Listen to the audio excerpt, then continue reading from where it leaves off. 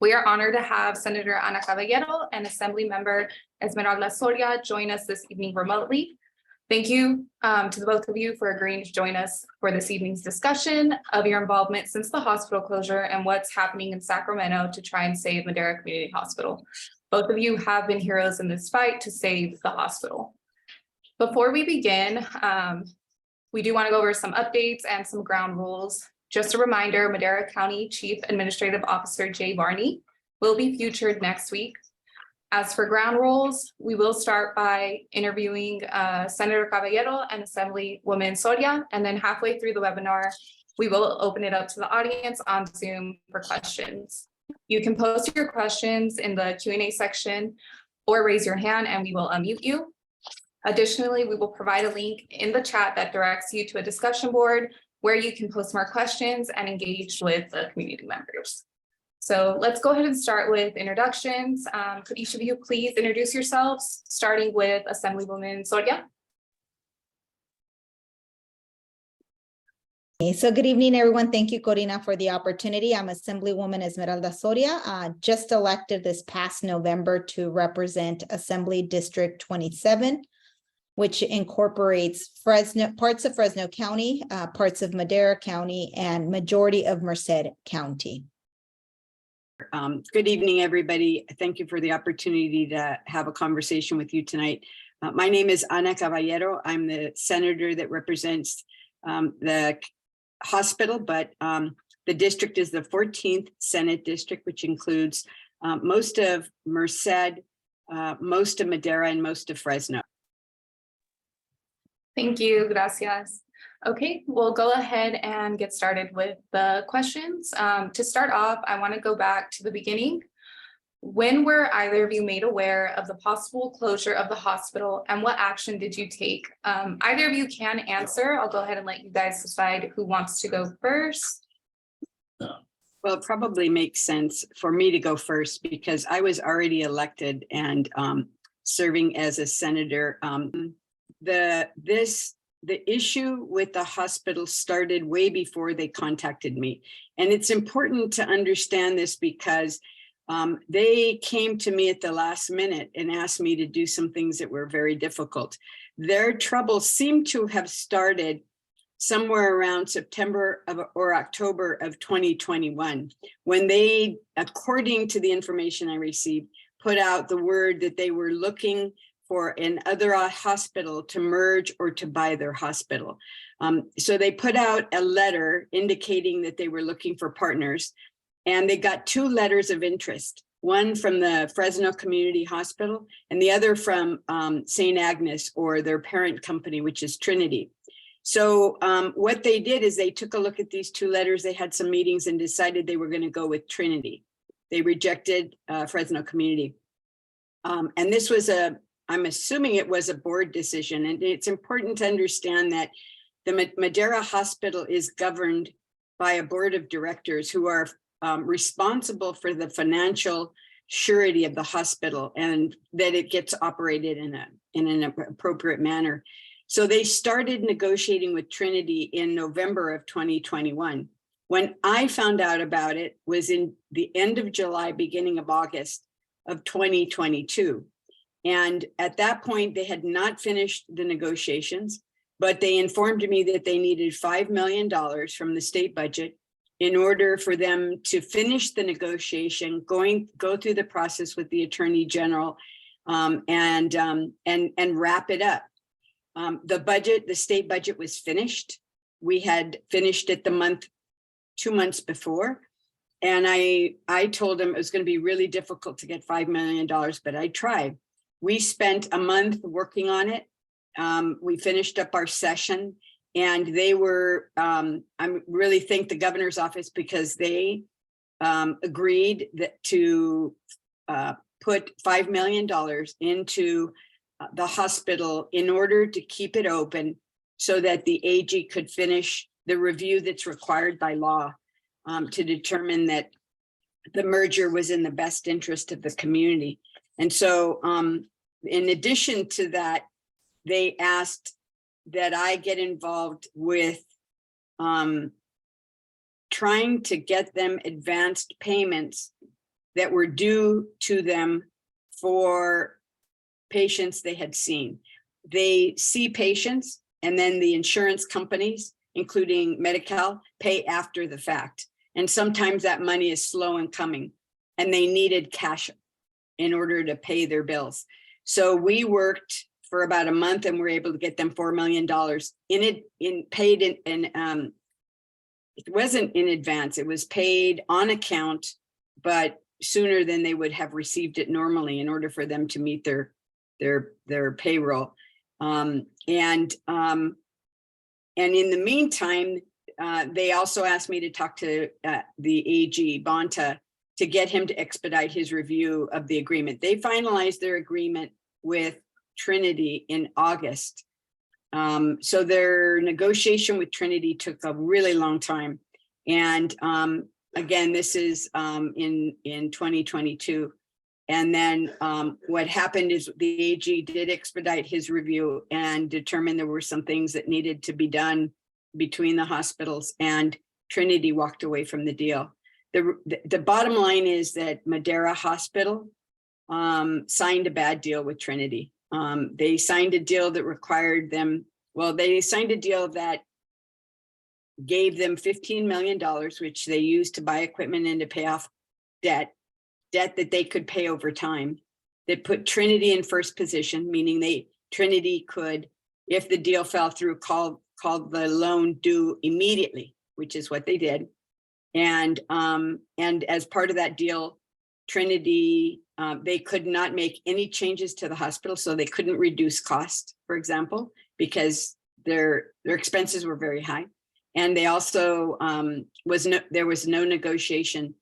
There would be no negotiation between the AG, Trinity, and Madera. So once Trinity walked away from the deal, that was it. There was no negotiating. There was no attempt to try to get all the parties together to see if they could work it out, because the deal that Madera struck was that they didn't have to, Trinity didn't have to stay at the table to negotiate. They could just walk away from the deal. So it all fell. What happened is that they had no plan B, and which meant they had no backup plan if it didn't work out. And they're required by law to give a notice to their employees of the potential to close within 60 days. They did that, and then people started leaving immediately, and they had to close immediately. They didn't have any option to stay open into 2023. So they closed, I want to say, they closed the hospital the last days of December, and the clinics closed in January. So there was a lot of time that passed. You know, they knew they were in trouble, but and if I could just say that during all that time, I did not receive any calls from the board members. I had no communication with them, and all of my communication was with the CAO. Thank you. And Assemblywoman Soria, do you have anything to add to that? I think the senator did a great job in doing a recap in terms of kind of how we got to, where we're at in terms of the closure of the hospital. Just, for background in terms of my timeline and when I became involved, I got elected in November. I had heard about the troubles. I had heard that there was a merger happening. And, I had heard also the work that the senator was doing to try to assist the hospital in the interim as this merger could potentially happen. That obviously, as we heard from the senator, did not materialize for whatever circumstances. And so the last thing I remember, or one of the first things I remember, is getting, texts and phone calls on December 22nd that there was going to be this essentially meeting where we were told on December 22nd that the hospital was going to be closed. And that was that. And so I think at that point, myself and the senator tried to figure out what can we scramble, together, so that we knew we couldn't avoid the closure. And at the end of the day, it has its own governing board. The state doesn't control the governing board because it's a separate board. So I hope that, people understand that very clearly, but there were efforts by the state to try to help and support so the closure wouldn't happen. Unfortunately, that wasn't the case. And so as soon as I got sworn in and, this issue landed on my lap, I started to try to figure out what could we do in the short term and also think about the long term. And so the senator and I, over the last now 7 months, close to 7 months, we've been working very closely. I think there's probably not one day that Madera Hospital is not on our calendar, or probably every other day, trying to figure out in what shape or form we can do as policy leaders in our area to try to address the issue.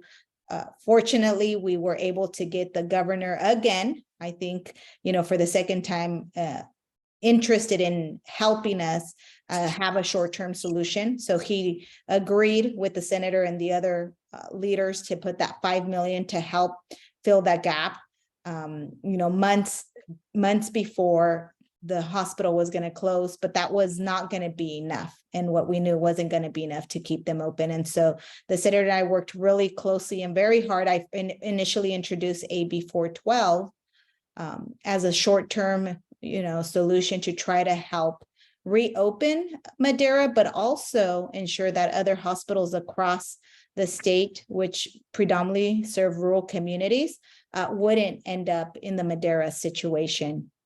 And so that bill became quickly, because it had a urgency clause. We knew that it was urgent that we make monies available, became AB 112, but through a budget trailer bill that ended up getting signed by the governor in April. And these were very extraordinary timelines because things like this don't happen all the time. The senator can attest to this. She's been doing, state policy for a very long time. And so these are very unique moments when we understand that there's a level of urgency that require us to act both on the policy, but also on the financial side. And so we were able to get $150 million set aside, not just for Madera, but in this pot of funding that would help create an emergency hospital loan program. And so that's kind of where we're at today. Since, we got the news that it was closing and then the hospital closed. Thank you. And as you just mentioned, there was the $150 million loan fund. Can you tell us a little more about that? We'll go ahead and start with Assemblywoman Soria. Yeah, so as I mentioned, initially that I introduced a bill. The senator and I were talking about, okay, what are some of the things that we can do on the short term? We said, let's create this, distressed emergency loan program to help these hospitals that are struggling, and also Madera, who we believe should be reopened, the opportunity to have the funds necessary to do that. And so that became 112. The senator could also speak to, obviously that's a very short-term solution, and we understand that there are a number of other issues that what we heard were what created the challenges that Madera faced financially, not just in terms of what we've been hearing, the Medi-Cal reimbursement rates was an issue that was brought up to us. We also heard that even private insurance reimbursements, those rates were lower than the surrounding hospitals. Again, because it's a Madera hospital is a standalone small hospital that didn't have the leverage. So their reimbursement rates from private insurance were actually lower. We also heard about the issue with the nursing And the traveler nurses, 40% of the nurses at the hospital at the time of its closure were in the number of, I think, 40% of those nurses. And so those traveler nurses were making a substantial amount of money, or at least the traveling agents or these agencies that were hiring these traveling nurses, I think in the upwards of $250 an hour. And so when you think about 40% of the workforce, when it comes to the nursing workforce for that hospital, that was a significant amount for this small rural hospital where predominantly its patients are Medi-Cal patients. And so, understanding that the reimbursement rate are lower, that was, one of its financial challenges.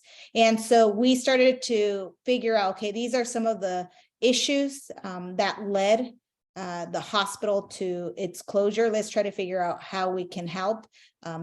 Again, I brought forward AB 412, which ended up becoming AB 112 that the senator and I co-authored and worked very closely to get the governor to sign. And then the senator on her side of the aisle started vigorously trying to attack the long-term and bring forth the long-term solution. And I will let her speak to that because she has, the details about what are some of the other things that she's been working on to address the long-term issues that the hospital would need to be addressed.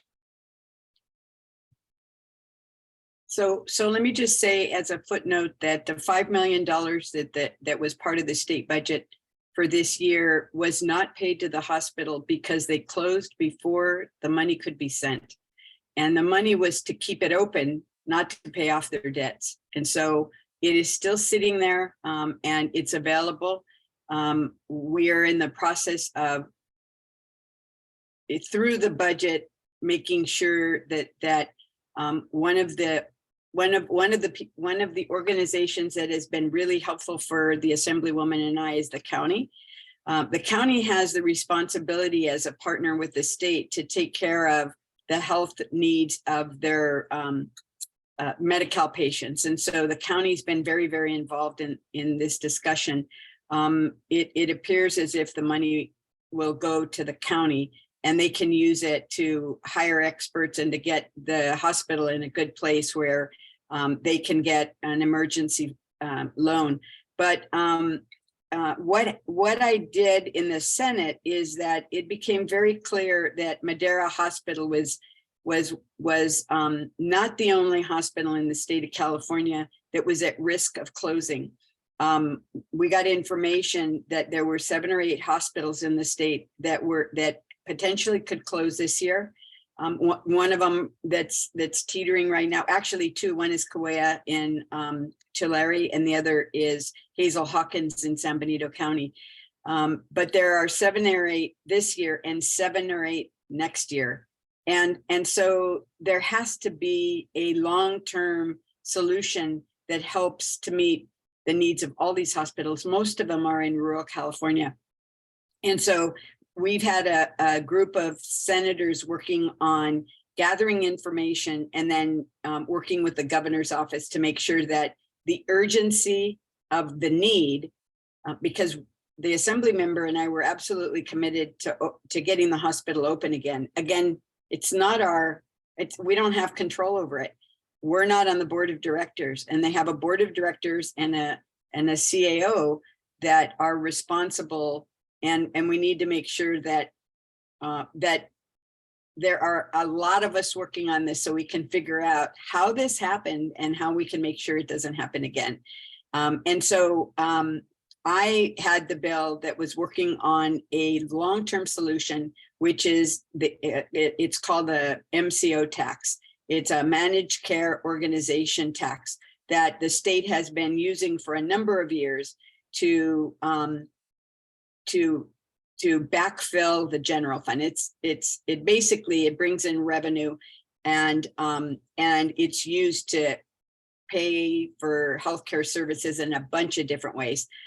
This tax is really important because it brings in federal funds, matching federal funds. So if we put up, it's a tax on the insurance companies, for lack of a better word, and they're the managed care organizations.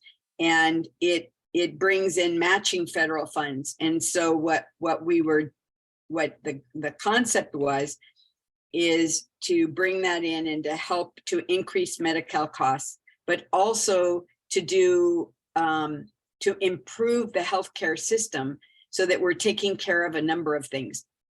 What do I mean by that? We know that we don't have enough doctors in the Valley. We know that we don't have enough nurses, which is why they're bringing in visiting nurses.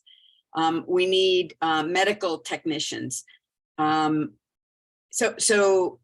part of what we have been trying to do through this MCO tax is to make sure that the extra revenue that would be brought in would benefit the hospitals and the medical care system. So the clinics and the doctors and the dentists and the eye doctors, that all of them would receive some resources to be able to make it possible for them to help Medi-Cal patients, because many of those doctors do not see Medi-Cal patients. Dentists, it's really hard to get service if you have Medi-Cal.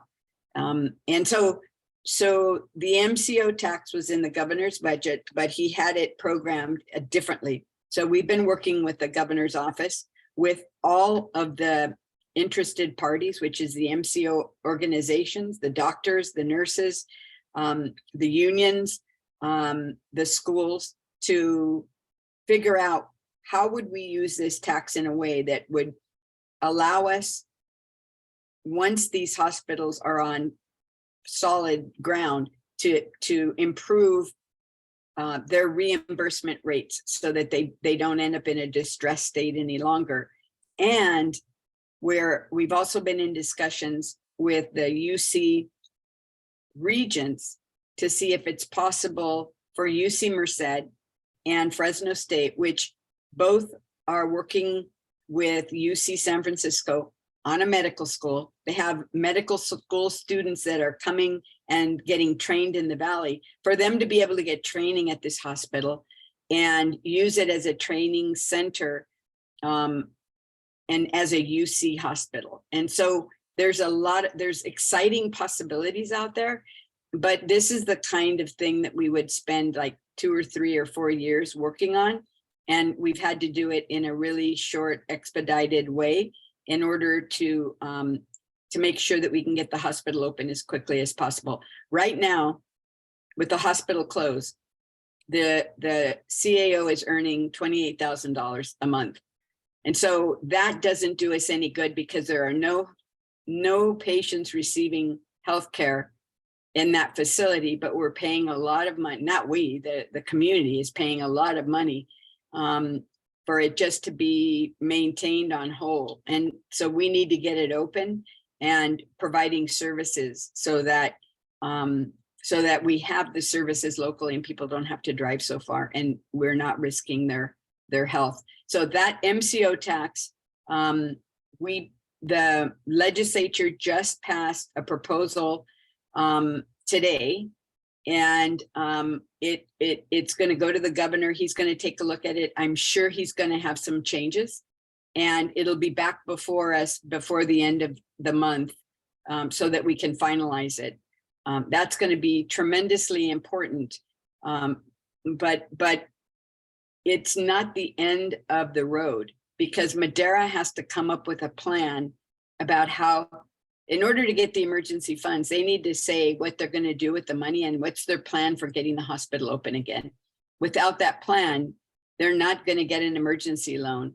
And without the emergency loan, that MCO tax doesn't do them any good. They need to see patients in order to get revenue. So it's going to be really important for the hospital to work with the county board of supervisors in order to get this, to get a plan together to figure out how they're going to get open. We can put all these resources out there, but ultimately they have a governing board, and that governing board has to figure out how to get things done. Let me add one more thing, is that one of the issues that came up in the discussions in the Senate is that we need a way to have a review of the hospitals that when they get in financial trouble. So before anything happens, let me use the example of the school districts. When the school districts start running into fiscal trouble, they can contact the Board of Education. The Board of Education sends a special team in.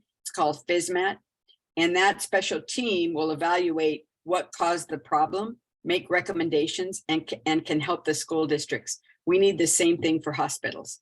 And so we've been working on the Senate side with a proposal that, that I think could be really, really helpful, so that we can determine, why did this happen? How did it happen? And how can we avoid it in the future? And that the team right now, we're calling it HEAT, the Health Emergency Advisory Team, something like that. But it's in the formation, in the concept phase. And so we're going to be working on it as the legislative session moves on. Okay.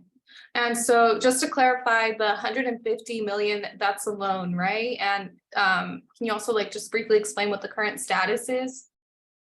Yeah, the 150 million would be a loan, a 0 interest % loan that would go to the hospital, whoever is the applicant. In this case, we are encouraging the Madera Hospital Board to work very closely with the county to devise the plan, as the senator mentioned, so that they would be recipients of this loan. This loan could potentially turn into a grant. That's the whole goal. We don't want to put the hospital in, further financial strains. I think our intent is really to help the hospital reopen. So the loan, you have to have a plan, and there's a portal at the Department of Health that was active today, so that you can make an application immediately. The 150 million came out of this year's budget. In other words, it was diverted from other resources and put in this year's budget. Next year's budget doesn't start until July 1st. And so the reason it came out of this year's budget is to make it available immediately, and so that no other hospital closes.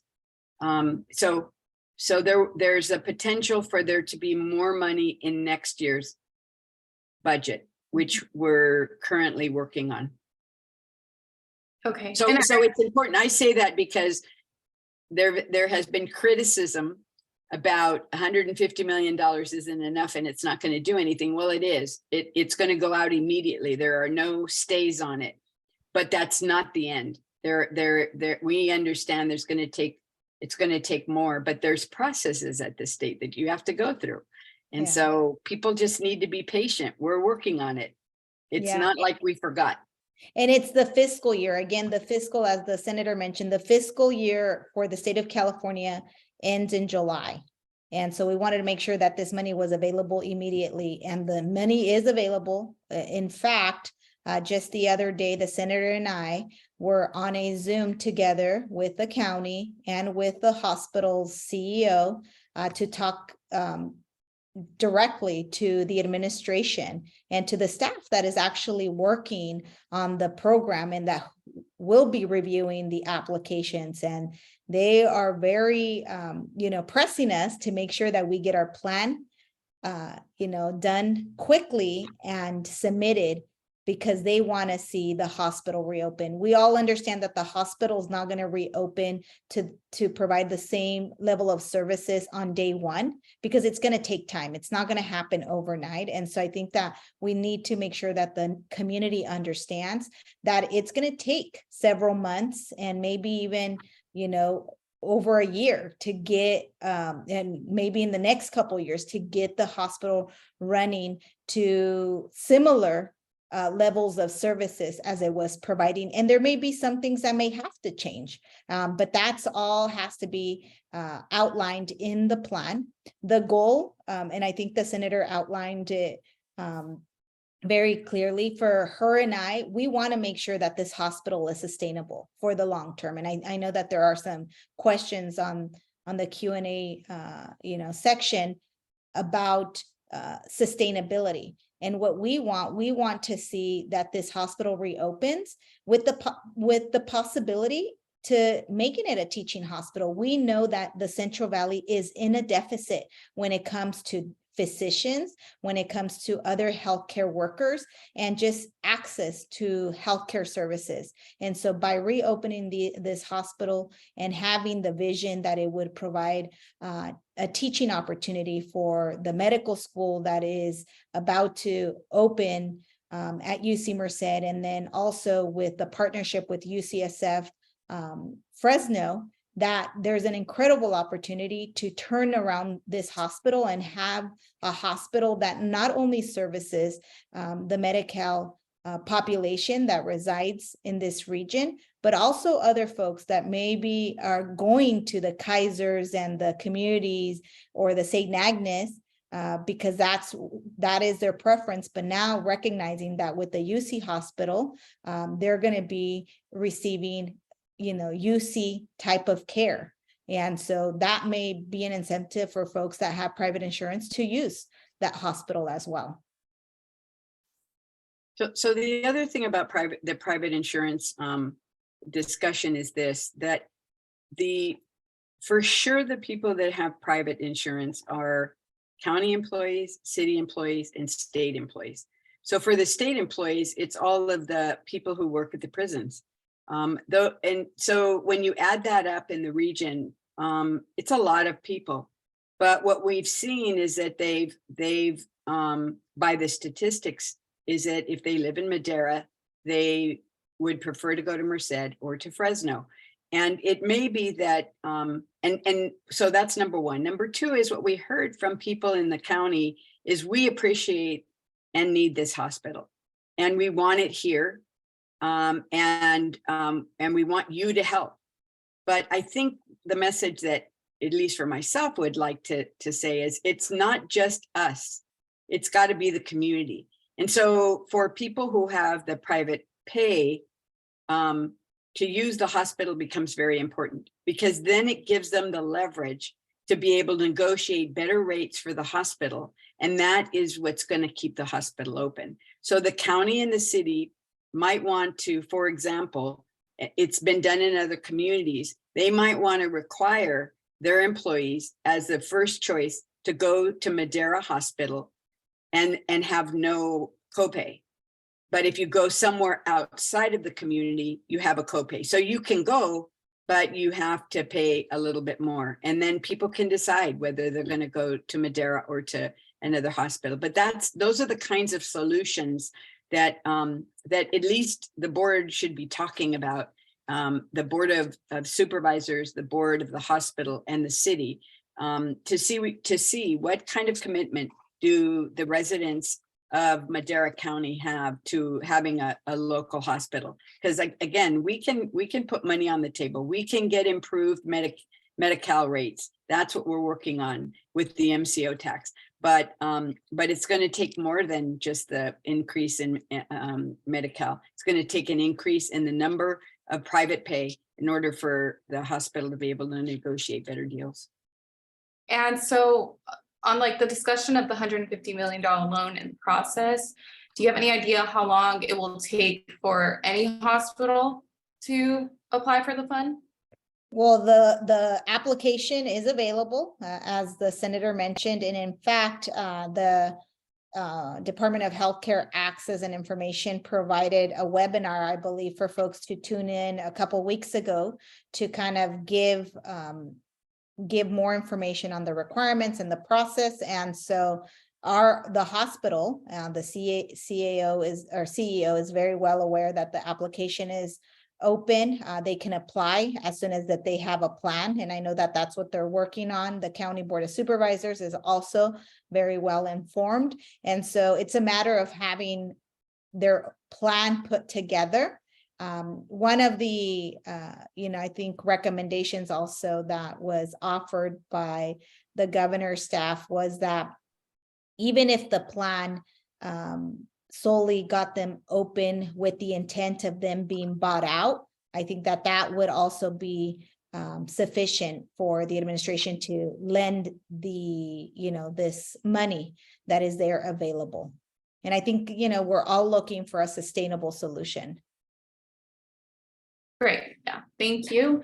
And also Assemblywoman Soria, with the loan, can you explain to the audience the legislative process and how like this was set in motion? Did it start with the Assembly and then subsequently picked up in the Senate? Like, how did it happen?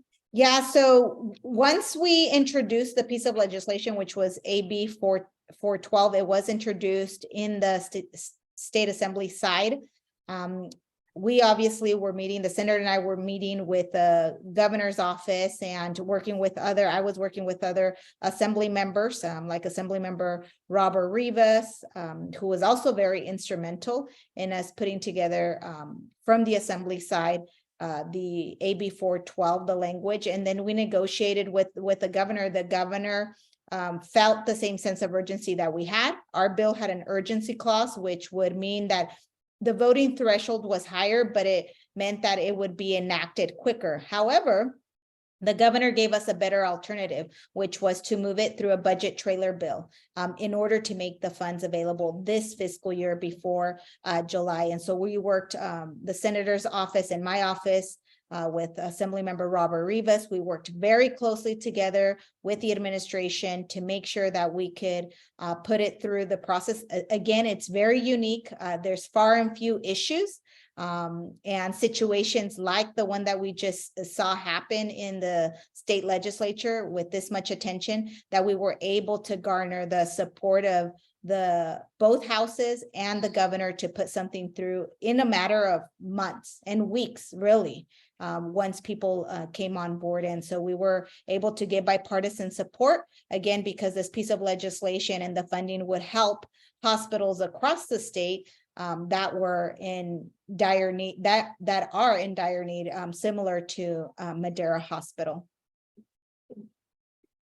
Thank you. And I know earlier also you had mentioned that there is the $150 million loan, but that there is a chance that it could be more. So within like some further activity in the legislature to augment that fund, can you talk a little more about that? Yeah, yeah, go ahead. Yeah, the senator mentioned, so the $150 million is available for this fiscal year. The fiscal year ends in July. And so we are right now in the process of negotiating final details on the budget for next fiscal year, which again ends, starts after July. And we are hoping, and I think that it is recognized that this fund will need to continue to have funds to support hospitals across the state. As the senator mentioned, there are already a very well-known hospitals just here in the Valley, Coahuila Delta being one of them. The one in the other part of the district that the senator has represented for many years in San Benito, that is also struggling. And so there's a recognition that money needs to continue to be put in this emergency hospital loan fund. I don't know what the amount is, Senator. I don't know, have you heard about the amount? Well, the Senate had put in the budget $400 million per year on a continuing basis. But I'll tell you, with the discussion of the MCO tax, it's not clear whether that money would come from the MCO tax as an emergency loan, in addition to increasing the Medi-Cal rates. The MCO tax is being discussed in terms of, and again, this tax is on the providers, and it is required in order to get the match from the federal government. It's a negotiation with the federal government. So there are limits on exactly how much can be used for what. And so it's kind of, that was my bill, but it's above my pay grade now as the administration negotiates with the federal government over it. And so exactly how much would end up in that fund is not clear, because we haven't finalized the budget yet. And that will be finalized by the end of the month. It may actually be finalized by next week, and we'll have more information, but right now it's all fluid. Part of it is that there is interest. For example, right now, if someone is in a mental health crisis they get picked up and they get brought to the hospitals for clearance to determine whether they have any medical issues. And that process is called it's under the code section 5150. Those individuals many times end up in a hospital waiting to see a doctor, and they're really either under the influence of a drug or under the influence of a mental health disorder, and they have to be restrained in the emergency rooms. It's very disturbing for people that are bringing in their sick children to see somebody that's not themselves. And so, but they're a danger to the doctors, they're a danger to the nurse and to the public. And it's very expensive to have them there in the hospitals. There's a better way to treat them. And so we'd like some of the MCO tax to relieve the hospitals of the responsibility to have them sitting in their emergency rooms. We'd also like to see some tuition reimbursement for doctors and nurses that agree to stay in the Valley and that are from the Valley in order to help them get their education. So there's a number of things that we're trying to see if the MCO tax can help to address in terms of the needs in our area. And that's all being negotiated, as I said, with the governor's office and the federal government. We'll see.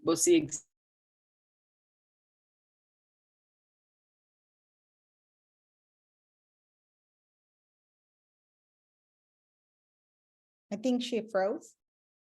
Yeah.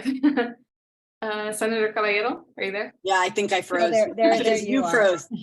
So what I was finishing is to say that those issues are still really, really important. And as we met with the hospitals and the doctors and the nurses, those were issues that came up. We're hoping the MCO tax will provide some resources for it, but it's the negotiations happening.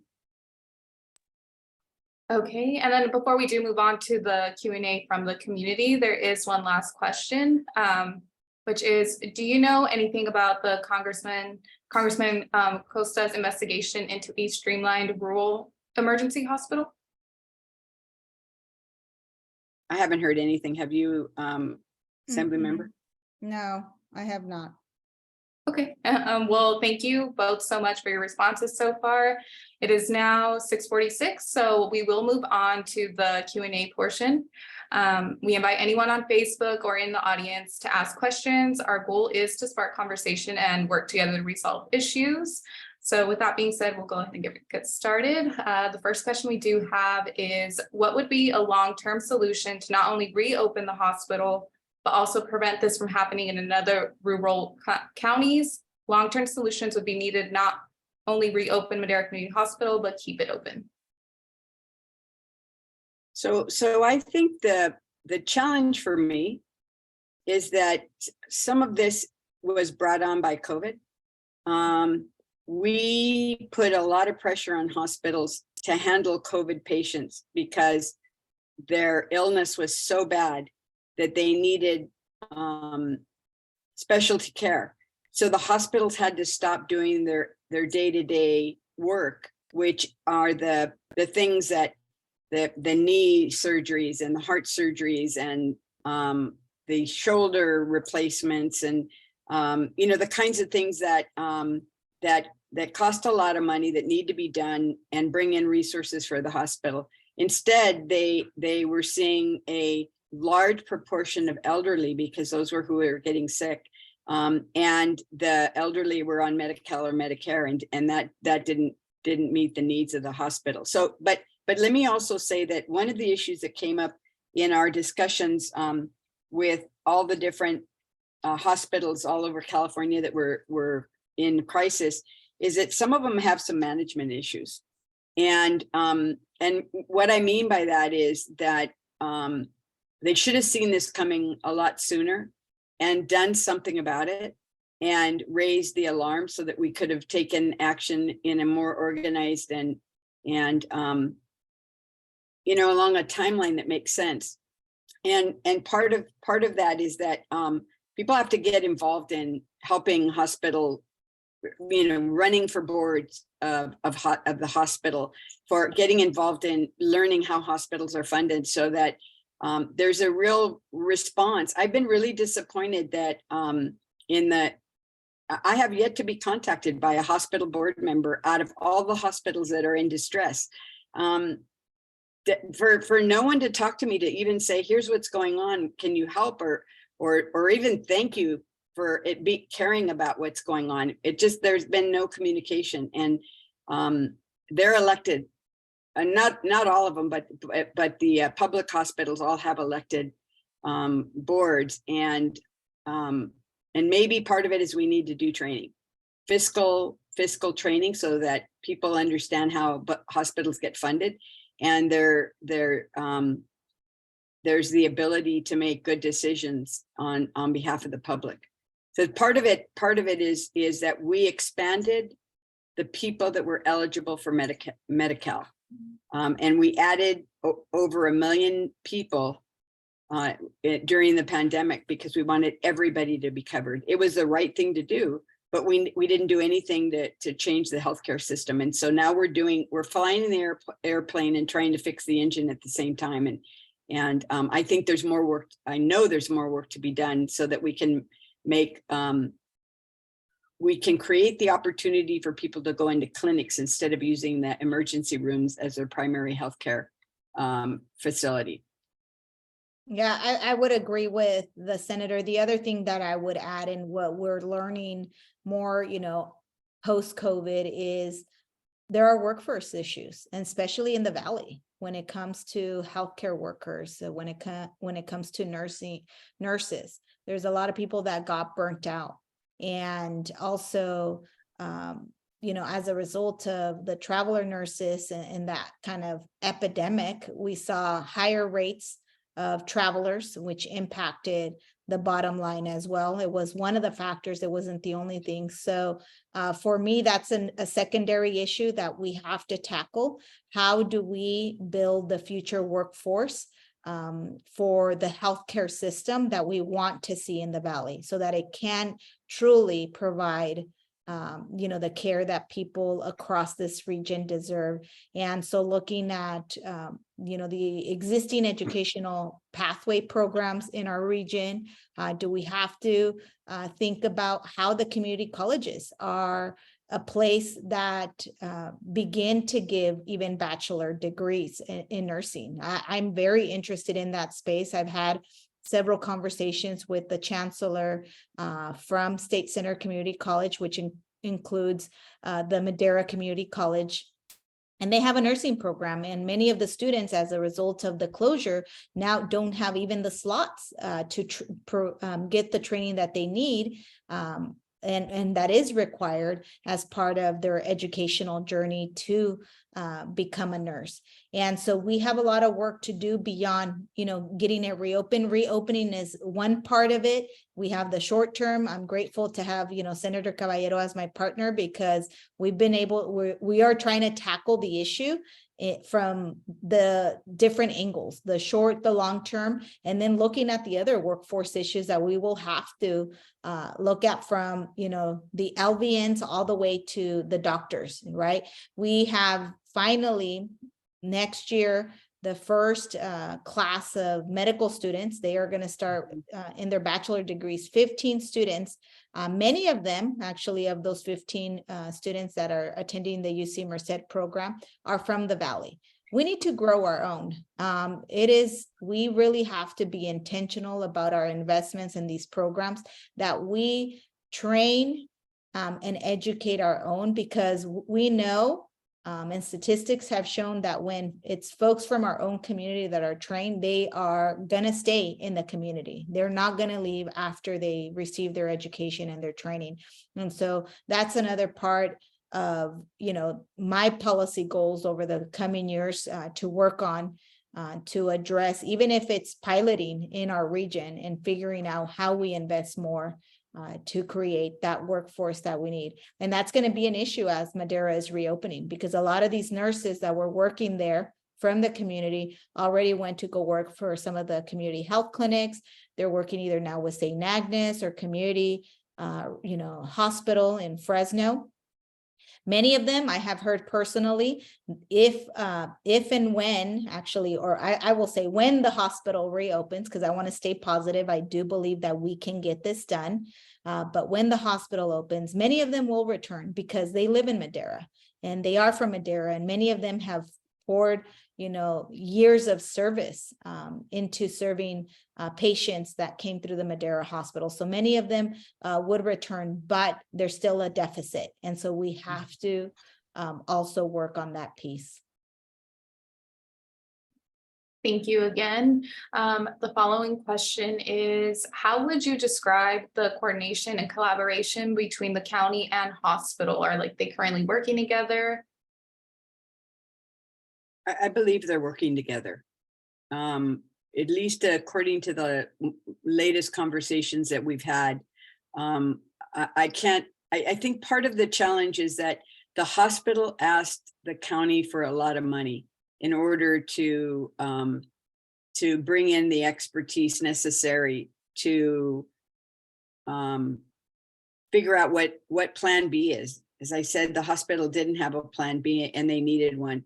And the county wanted to know what the hospital was doing with their money before they gave them any money for plan B. And so it created some conflict between the two of them. But my understanding now is that they're using the same expert.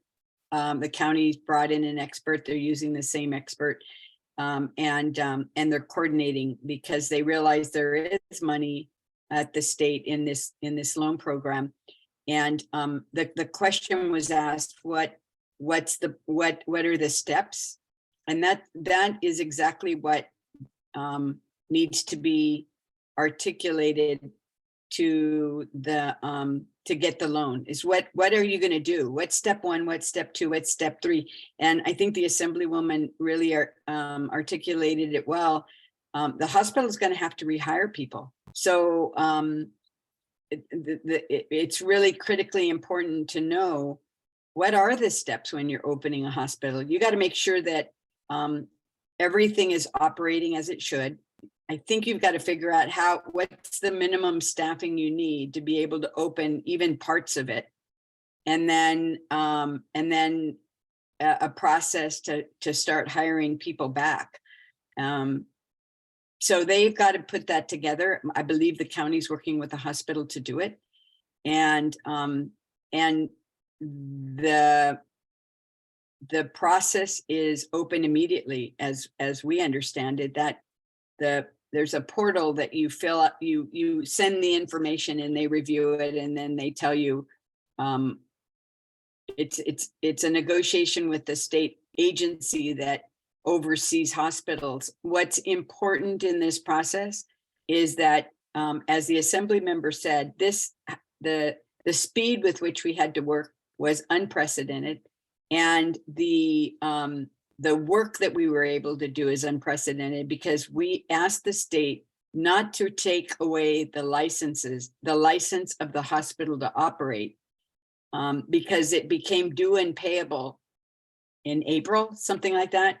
It would have been hundreds of thousands of dollars, and the state said, we'll wait and we'll set up this process. And so everybody's working together right now, the county, the hospital, and us, so that we can get that loan taken care of so that the hospital can open as quickly as possible. But they'll have to announce to the public what they're doing, and they're going to have to ensure to the Department of Public Health that they have a plan that's sustainable.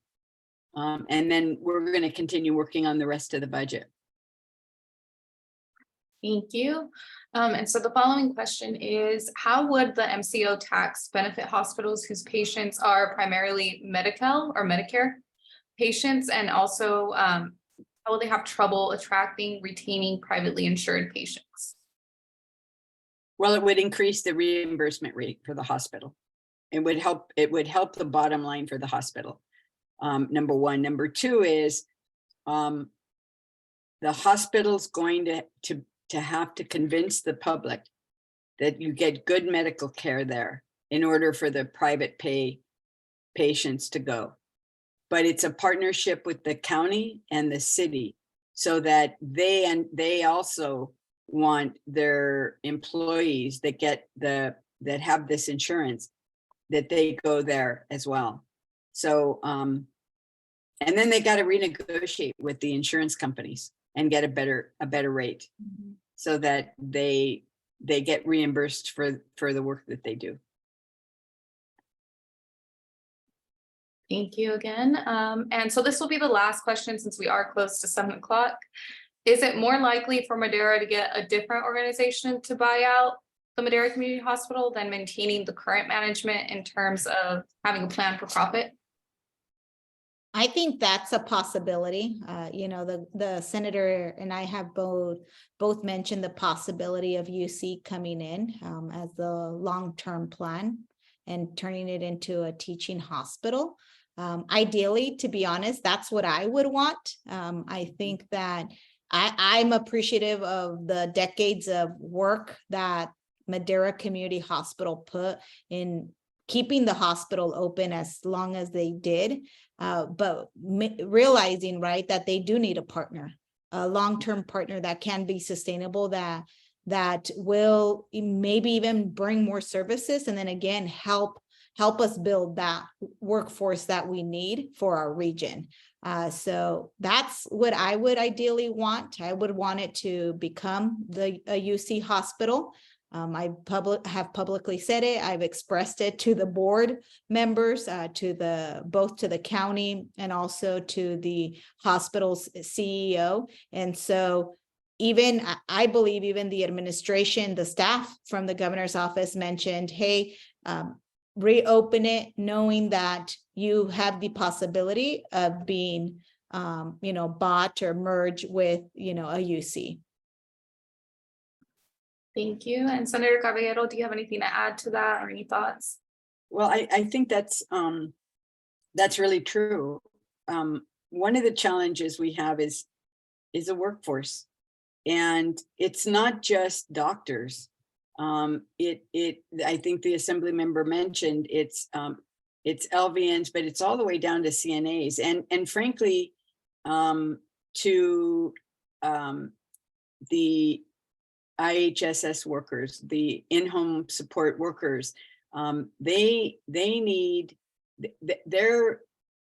doing God's work. They're taking care of people who can't take care of themselves and going into their home, and some of them clean and cook and help them bathe and take care of themselves. And the more disabled that the individual they're taking care of becomes, the more they need training on how to be able to move people without injuring themselves, how to be able to care for things like wounds that could get very, very serious. So I think we have an opportunity to have the hospital be part of an educational system that can provide the training, so that we can lift the wages, the skills and the wages of workers in the valley, so that they have the opportunity to move up a career ladder and be able to afford to buy a house and to support their families. And so for me, it was a tragedy.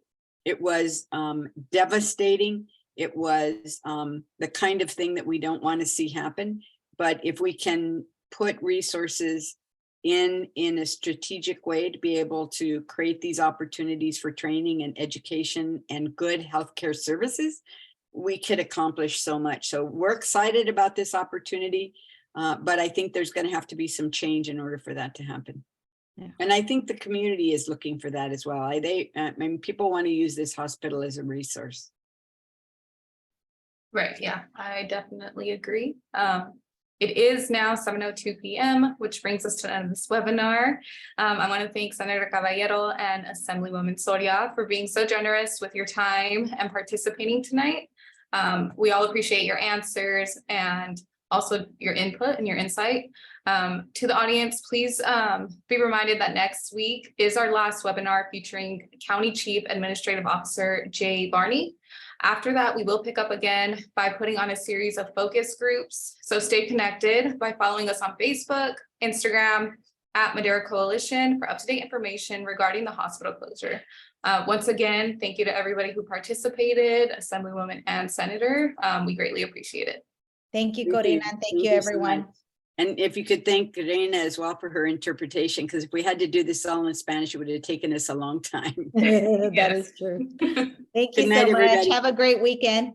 Thank you, you too. Good night. Bye. Bye-bye.